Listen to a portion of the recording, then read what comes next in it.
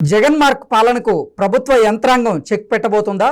అంగన్వాడీలు, మున్సిపల్ కార్మికులతో పాటుగా ఇప్పుడు ఎంపీటీసీలు, జెడ్పీటీసీలు కూడా సమ్మెబాట పట్టబోతున్నారా అంటే అవుననే సమాధానం ఇస్తున్నారు కొంతమంది రాజకీయ విశ్లేషకులు. ఇక ఇదే అంశానికి సంబంధించి మనతో మాట్లాడేందుకు ప్రముఖ సీనియర్ జర్నలిస్ట్, ప్రముఖ రాజకీయ విశ్లేషకులు సిఎస్ రావు గారు మనతో ఉన్నారు. ఆయనతో మాట్లాడదాం. సార్ నమస్తే. సార్ నమస్తే కృష్ణ. సార్, జగన్ మార్క్ పాలనకు ప్రభుత్వ యంత్రాంగం చెక్ పెట్టబోతోందా? ఇప్పుడు అంగన్వాడీలు అలాగే మున్సిపల్ కార్మికులతో పాటుగా పంచాయతీరాజ్ శాఖకు సంబంధించినటువంటి వారు కూడా సమ్మె బాట పట్టేందుకు సిద్ధమయ్యారా? వారు కూడా జగన్మోహన్ రెడ్డిని ఎదుర్కొనేందుకు, లేకపోతే జగన్మోహన్ రెడ్డికి చుక్కలు చూపించేందుకు రెడీ అయ్యారా అంటే ఏం చెప్తారు?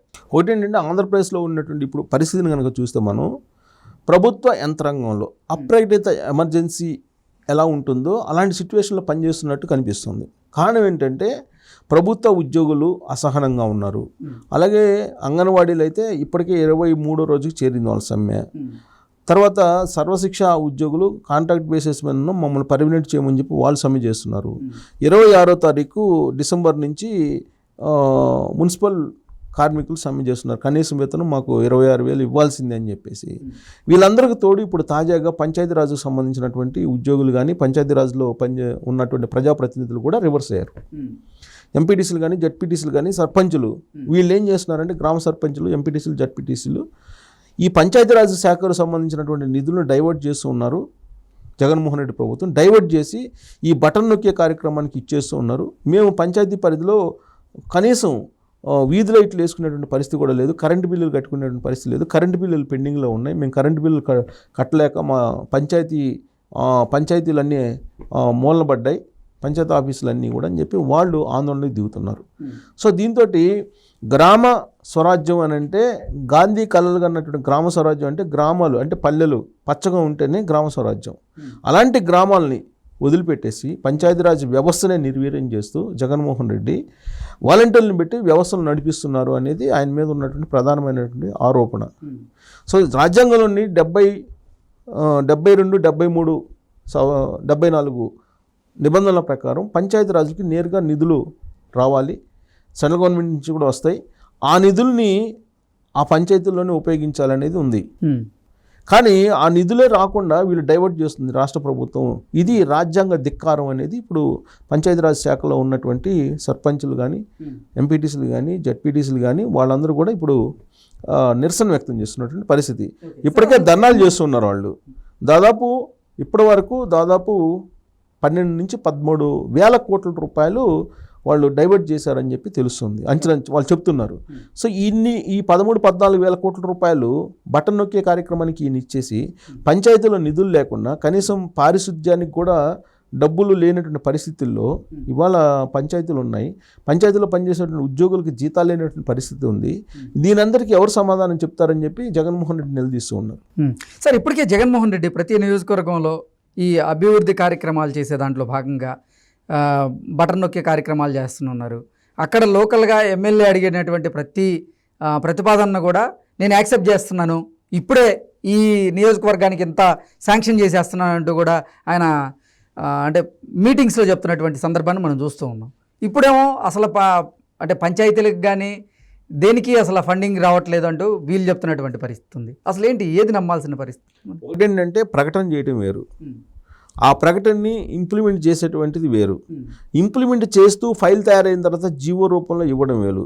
జీవో ఇచ్చిన తర్వాత జీఏడీకి వెళ్ళి జీఏడీ నుంచి నిధులు రావడం, జీఏడీ నుంచి జీవో వచ్చిన తర్వాత అక్కడి నుంచి ట్రెజరీ నుంచి నిధులు రావడం వేరు. నిధులు ఎక్కడి నుంచి రాష్ట్ర ఖజానా నుంచి జిల్లా ఖజానానికి చేరుకోవాలి, జిల్లా ఖజానా నుంచి స్థానిక సంస్థలకు చేరుకోవాలి. ఇదంతా ఒక ప్రాసెస్. ఈ ప్రాసెస్లో జగన్మోహన్ రెడ్డి అనౌన్స్మెంట్ కాగానే వచ్చేసి ఆ ఖాతాలో అయితే పడవు కదా, దాన్ని ఫాలో చేయాలి. దాన్ని ఫాలో చేయాలంటే అక్కడ అమౌంట్ ఉండాలి. అమౌంట్ లేకుండా నువ్వు ఇచ్చినటువంటి ప్రకటనలు అయితే ప్రకటనల రూపంలో ఉంటాయి తప్పితే ఆడ అమౌంట్ లేకుండా నీకు జీవోలు ఎట్లా ఇస్తారు? ఇవ్వలేరు కదా. సో అది ఎలా ఉంటుందంటే చెక్ బౌన్స్ లాగా ఉంటుంది. ఇప్పుడు అక్కడ ఖజానాలు, రాష్ట్ర ఖజానాలోనే 1వ తారీఖున జీతాలు ఇవ్వలేని పరిస్థితిలో ఉంది ఆంధ్రప్రదేశ్ ప్రభుత్వం. 1వ తారీఖు మాకు జీతాలు ఇవ్వండి అని చెప్పి ప్రభుత్వ ఉద్యోగులు డిమాండ్ చేస్తూ వాళ్ళు ధర్నాలు చేస్తే అసలు వాళ్ళ కులాలు, మతాల ప్రాతిపదికన, ప్రాంతాల ప్రాతిపదికన విభజించి మరోసారి సమ్మె లేకుండా చేసేది జగన్మోహన్ రెడ్డి ప్రభుత్వం అనేది ప్రభుత్వ ఉద్యోగులు చెప్తున్నారు. సేమ్ అదే పందాన్ని ఇప్పుడు అంగన్వాడీల మీద ఉపయోగిస్తున్నారు, అలాగే మున్సిపల్ ఉద్యోగుల మీద ఉపయోగిస్తున్నారు. సర్వశిక్ష అభియాన్ ఉద్యోగుల మీద ఉపయోగిస్తున్నారు. ఇప్పుడు పంచాయతీరాజ్ వచ్చింది వంతు. సో పంచాయతీరాజ్ వాళ్ళు కూడా సమ్మెకి దిగుతున్నారు. మా నిధులు మాకు ఇవ్వండి, రాజ్యాంగబద్ధంగా మాకు రావాల్సినటువంటివి ఇవ్వండి అని చెప్పి. సో అసలు పంచాయతీరాజ్ వ్యవస్థనే ఆల్మోస్ట్ నిర్వీర్యం చేసినటువంటి పరిస్థితి కనిపిస్తుంది. ఎందుకనంటే ఆల్రెడీ సర్పంచ్ దగ్గరికి ఊరిపోయే పరిస్థితి లేదు. ఏదైనా పెన్షన్ కావాలన్నా లేదంటే ఇంకొక పని కావాలన్నా వాలంటీర్ వ్యవస్థ ఉంది. సమాంతరంగా వాలంటీర్ వ్యవస్థను నడుపుతున్నాడు జగన్మోహన్ రెడ్డి ప్రభుత్వం. జగన్మోహన్ రెడ్డి వాలంటీర్లకి ఆల్రెడీ గౌరవ వేతనం ఇస్తూ వాళ్ళ చేత అన్ని పనులు చేసుకుంటే ఇంకా అసలు సర్పంచులతోటి కానీ ఎంపీటీసీలతో కానీ జడ్పీటీసీలతో కానీ ఏం పని ఉంది? ఏం పని లేదు. సరే వాళ్ళు అభివృద్ధి కార్యక్రమాలు చేద్దామని అంటే నిధులు లేవు. మరి వాళ్ళు ఎందుకు ఉన్నట్టు? అసలు వాళ్ళని పట్టించుకునే వాళ్ళు ఎవరు? ఏ చిన్న పనికి కానీ ఏదన్నా వాలంటీర్ల వ్యవస్థకు పోతున్నారు. లేదు ఇంకా కొంచెం కఠినమైన పనులు ఉంటే గృహసారథులను ఏర్పాటు చేశాడు ఇప్పుడు ఆయన.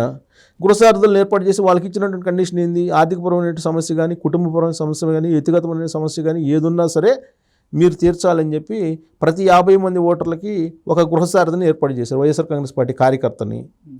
సో ఇంకా సర్పంచులు, ఎంపీటీసీలు, జడ్పీటీసీలు వాళ్ళ వ్యవస్థ ఏంటి? అసలు వాళ్ళ విధులు ఏంటి? వాళ్ళు చేయాల్సింది ఏంటి? వాళ్ళు ఏం చేయాలన్నా కానీ నిధులు అయితే కావాలి కదా. నిధులు లేకుండా వాళ్ళు ఏం చేయగలరు? ఏమీ చేయలేరు. కనీసం జీతాలు కూడా తీసుకునే పరిస్థితి లేదు అక్కడ. ఎందుకంటే వచ్చినటువంటి ఖజానాకు వచ్చినటువంటి రెవెన్యూ అంతా అక్కడ రాష్ట్ర రెవెన్యూ బటన్ నొక్కేసి జగన్మోహన్ రెడ్డి అందరికీ ఆయన సంక్షేమ పథకాలు పనిచేస్తున్నారు. సో ఇక నిధులు లేనటువంటి గ్రామ పంచాయతీలో రోడ్డు వేయాలన్నా, లేదు మంచినీటి వసతి కల్పించాలన్నా, లేదు పారిశుద్ధ్యం నిర్వహించాలన్నా గ్రామ పంచాయతీ ఏం చేస్తుంది? గ్రామ పంచాయతీలో నిధులు ఉండాలి కదా. నిధులు లేనటువంటి పరిస్థితులు ఏం చేస్తారు? సో ఇలాంటి పరిస్థితుల్లో వాళ్ళు కూడా ఇప్పుడు ఈ సమ్మెబాటు పెట్టారు. ఇప్పటి వరకు అంగన్వాడీలు చేస్తున్నారు, అంగన్వాడీలు సర్వశిక్ష అభియాన్లు తోడయ్యారు, సర్వశిక్ష అభియాన్లకి ఇప్పుడు మున్సిపల్ ఉద్యోగులు తోడయ్యారు, వీళ్ళకి ఇప్పుడు పంచాయతీరాజ్ సంబంధించినటువంటి ఈ ప్రజాప్రతినిధులు కూడా తోడయ్యారు. సో రాబోయేటువంటి రోజుల్లో ఇప్పుడు సిట్టింగ్ ఎమ్మెల్యేలు ఎవరైతే ఉన్నారో రివర్స్ అయినటువంటి ఎమ్మెల్యే రెబల్ ఎమ్మెల్యేస్ అనుకోవాలి, వాళ్ళు కూడా తోడయ్యారు అనుకో, అప్పుడు ప్రభుత్వం మొత్తం స్తంభించిపోతుంది. అలాంటి పరిస్థితి ఇప్పుడు ఆంధ్రప్రదేశ్లో కనిపిస్తూ ఉంది. మరి జగన్ మార్క్ పాలన ఏమవ్వాలి సార్? జగన్ మార్క్ పాలన అంటే ఏంటి? ఇప్పుడు ఆల్రెడీ గతంలో ప్రభుత్వ ఉద్యోగులు ఏం చేశారు? సిపిఎస్ రద్దుకు సంబంధించి పెద్ద ఎత్తున సమ్మె చేశారు. విజయవాడ అందరిని ముట్టనిచ్చాడు. సీన్ కట్ చేస్తే ఏమైంది? జగన్ మార్క్ పాలన మొత్తాన్ని విభజించారు. ఆ ప్రభుత్వ ఉద్యోగులు, టీచర్స్ సంబంధించిన సంఘాల నేతలు ఎవరైతే ఉన్నారో వాళ్ళని ప్రాంతాల వారీగా, కులాల వారీగా, మతాల వారీగా చీల్చేసి ఒకరికొకరు పడకుండా ఒకరికొకరు పరస్పరం ఆరోపణలు చేసుకునేలాగా ఒకరి మీద ఒకళ్ళు పరస్పరం కేసులు పెట్టుకునే పరిస్థితిని తీసుకొచ్చారు. అనేకమైనటువంటి సమావేశాలు, చర్చలు పెట్టారు. చర్చలు పెట్టి ఎవరి వీక్నెస్ ఏంటి అనేది కనుక్కున్నారు. బలహీనత మీద కొట్టారు. బలహీనతను కొట్టేందుకు చెల్లా చెదురు అయిపోయారు.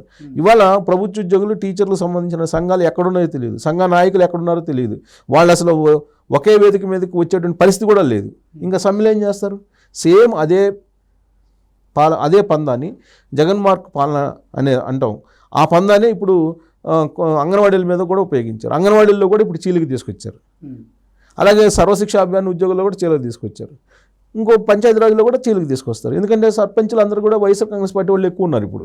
సో వాళ్ళల్లో కూడా ఇప్పుడు కులం ప్రాతిపదికనో, మతం ప్రాతిపదికనో, లేదా ప్రాంతాల ప్రాతిపదికనో చీలికి తీసుకొస్తారు. సో ఆల్రెడీ ఒకటి సక్సెస్ అయింది. అది పెద్ద సమస్య పరిష్కారం అయింది. ఇప్పటి వరకు ఏ సీఎం కూడా చేయనటువంటి సాహసాన్ని జగన్మోహన్ రెడ్డి చేశాడని చెప్పొచ్చు. ఎందుకనంటే ప్రభుత్వ ఉద్యోగులు, టీచర్లు అనేది పెద్ద వింగ్స్ అవి ఆ సంఘాల యొక్క నాయకులు ఒక్కోసారి ఏమంటారంటే, మేము తలుచుకుంటే ప్రభుత్వాన్ని పడగొడతాం, మేము తలుచుకుంటే ప్రభుత్వాన్ని దించేస్తాం అని చెప్పి నాయకులు కూడా ఉన్నారు. అలా చెప్పినటువంటి నాయకులు కూడా. అలాంటి నాయకులకి తోక కట్ చేసినటువంటి ఏకైక సీఎం జగన్మోహన్ రెడ్డి. కట్ చేసేసి పక్కన కూర్చోబెట్టారు వాళ్ళందరినీ. ఇప్పుడు జగన్మోహన్ రెడ్డికి దాసోహం అనేటువంటి పరిస్థితికి వచ్చారు వాళ్ళందరూ కూడా. సో అలానే ఇప్పుడు అంగన్వాడీల పరిస్థితి కూడా అలానే వచ్చింది. సో టీచర్ల పరిస్థితి కూడా అలానే వచ్చింది. ఇప్పుడు సర్వశిక్ష అభియాన్లో వాళ్ళ పరిస్థితి కూడా అలానే వచ్చింది. అలాగే మున్సిపల్ కార్మికులు 26% మాకు 26,000 కనీస వేతనం ఇవ్వమంటున్నారు. మేము ఇచ్చేది లేదు, మీరు ఏం చేసుకుంటో చేసుకోపోండి అని చెప్పి బొత్స సత్యనారాయణ చెప్తున్నారు. అలాగే అంగన్వాడీలకు అదే చెప్పారు. ఏం చేస్తారు? ఏం చేయాలనుకుంటున్నారు? ఏమీ చేయలేరు. అదే ఇంకొక ప్రభుత్వం ఉన్నట్టయితే, ఆ రోజు చంద్రబాబు నాయుడు ముఖ్యమంత్రిగా ఉన్నప్పుడు హైదరాబాద్ నుంచి ఉద్యోగులను అమరావతికి పంపించడానికి గొంతెమ్మ కోరికలన్నింటినీ తీర్చేశాడు ప్రభుత్వ ఉద్యోగులకి. వాళ్ళకి తీర్చినటువంటి కోరికలు ఏంది? 5 రోజులు working days, WHRA, free food, free వసతి, హైదరాబాద్ నుంచి అమరావతికి వెళ్ళడానికి ఉచిత ట్రైన్, స్పెషల్ ట్రైన్, ఉచిత బస్సులు, ఇన్ని చేస్తే ప్రభుత్వ ఉద్యోగులకు అప్పట్లో అయినా కానీ అక్కడికి వెళ్ళడానికి ఇష్టపడాల. చాలామంది రివర్స్ అయ్యారు చంద్రబాబు నాయుడు మీద. ఇవాళ జగన్మోహన్ రెడ్డి ఏది చెప్తే అది చేసేటువంటి పరిస్థితికి వచ్చారు. సో జగన్మోహన్ రెడ్డి ఎంచుకున్న పందా ఏంటి? తోక కట్ చేయటం. సో అదే ఆయన చేస్తున్నాడు. ఇప్పుడు ఎవరైతే సమ్మె చేస్తారో ఆయన జగన్మార్గ పాలన అంటే విభజించటమే, ప్రాంతాల వారిగా, మతాల వారిగా, కులాల వారిగా విభజించేసి సమ్మెలు అనేది లేకుండా, సమ్మె అనే మాట వినపడకుండా చేస్తూ ఉన్నారు. చాలా క్లియర్గా ఇంతకుముందు ఏ ప్రభుత్వం చెప్పనటువంటి విధంగా మేము పెంచం, ఇంతకన్నా మేము ఇవ్వం, మీకు చేతని చేసుకోండి అని చెప్పినటువంటి మొట్టమొదటి ప్రభుత్వం ఏదైనా ఉందంటే జగన్మోహన్ రెడ్డి ప్రభుత్వం. చర్చలకు పిలవటం, వాళ్ళ బలహీనతలను తెలుసుకోవటం, ఆ బలహీనతలను కొట్టేయటం.